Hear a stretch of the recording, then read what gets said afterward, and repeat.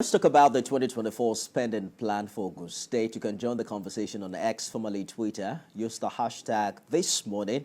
Remember to tag at Nifemi Oguntoye and at TVC News NG. I'm joined by a friend of the house who is now Senior Special Assistant to the Ogun State Governor on Public Communication, Dari Odufowokan. Thank you so much for joining us. Yeah, good morning, Nifemi. And huge congratulations to you. Thank you very much. How has the transition been from journalist to SSA? I think I will keep answering this question. Absolutely, you will. Well, I'll say it's been smooth. You know. It's still doing what I like doing. You did. Talking about the good in governance, observing the weak areas, and advising on how it can be done better.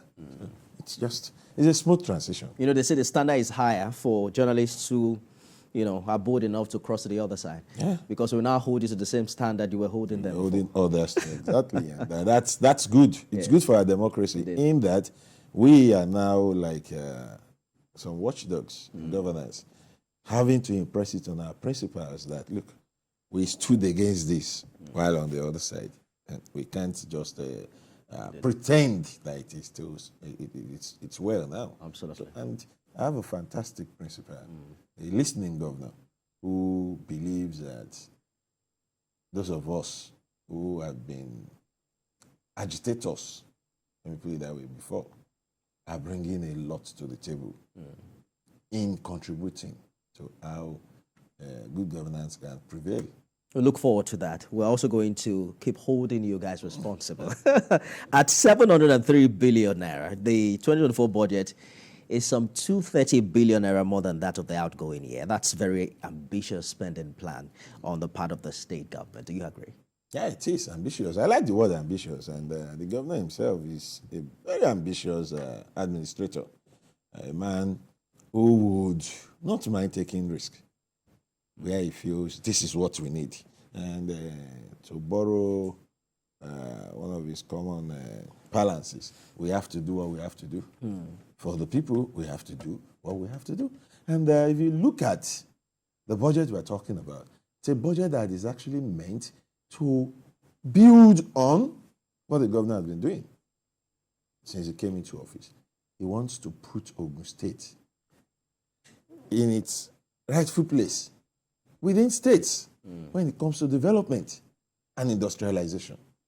And when you have such dreams, it comes with preparations for Ogun. If you look at what has been happening to Ogun State, you discover Analyst Data Services and Resources, a rating agency, recently declared Ogun as a sixth position in Nigeria among other states. In the issue of, they looked at the financial sector, business competitiveness, and a lot of other things, and placed Ogun in sixth position among 36 states and Abuja. It didn't used to be like that. Not long ago again, budget says Ogun comes top when it comes to ease of doing business. When it comes to ease of doing business. And another rating agency actually said Ogun is number 2 most viable state in the whole country. I mean, this wasn't so some 4 years ago, some 3 years ago. These are results of what the governor has been doing. The expectations are really high for Ogun when you consider the IGR as well. After Lagos in the southwest is Ogun State. Yes. This figure is even higher than that of Rivers State for the 2024 budget. But, at best, it's the spending plan. Many people are concerned about the performance of the budget. I recall that the special advisor to the governor on budget and planning mentioned that there's been an improvement in budget performance from 42% in 2019 to 70% in 2021. And then moved up to 74% this year. Are there specific goals for the? There are specific goals, and that's why the performance of our budget will keep increasing. You see, when you have a budget that is tailored to what you want to do for the people, you won't be careless in any way about your projections. You are sure that this money has to come in for you to spend. So if you look at what we are doing in the area of IGR generation, you'll understand why we are this hopeful that we can get the money that we want to spend. And the projects are just there, waiting for these monies to come in. So we are optimistic. We are obviously prepared for the challenges that comes with both raising the money and spending the money. It's very impressive when we see capital expenditure more than recurrent expenditure. They say it's the way to go. But we've seen an upward review of recurrent expenditure for the over 12 ministries from the review done by the legislators on this document. How much impact do you see that have on the capital recurrent balance in Ogun State? Well, you see, the governance is not done in isolation. The legislators have also examined the budget.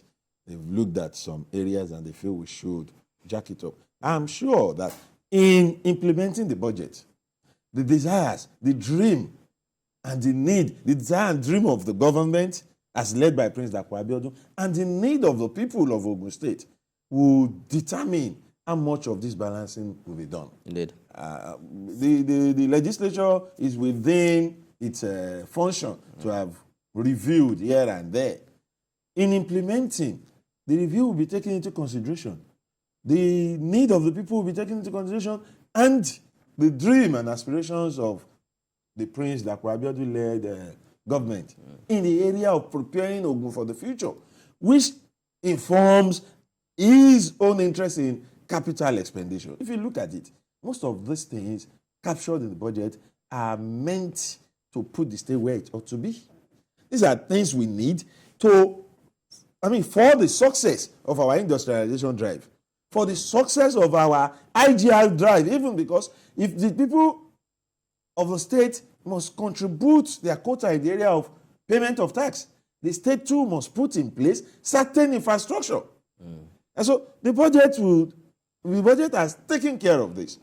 In implementing it, the government will also ensure that this is taken care of. The expectation is that, we should spend less on recurrent expenditure. And, Nigerians are expecting that government will also take the lead, given the current economic situation. So I'm going to share an headline with you from 3rd day of December from a sister organization. The headline reads, Ogun Governor Dapo Abiodun spent 4.8 billion naira on meals, welfare packages, after taking 30 billion naira domestic loans in 3 months. What do you make of that? Did you see, relative to what we're talking about? Sensationalism in journalism, it's a trade of the job. So, and being somebody who has been in this industry for, I would only tell you, of course I know you are aware of that, you and our listeners, to take a good look, to break down that figure. And you discover that there is more to it than just meals and whatever. When we use certain words in headlines, by now, especially here in Nigeria, our people understand better to read the story before drawing conclusion. So I am not begrudging whoever cast that headline. It is sensationalism. Deep in the story, a good read will show you that there is more involved, that the money is actually spent on than just meals and what.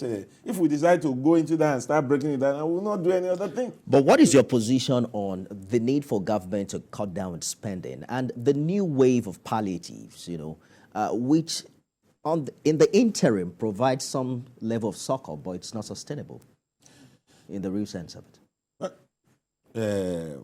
Government cutting down spending is something we are clamoring for. Let's be realistic. It's necessary. But when we say cut down spending, which aspect of spending?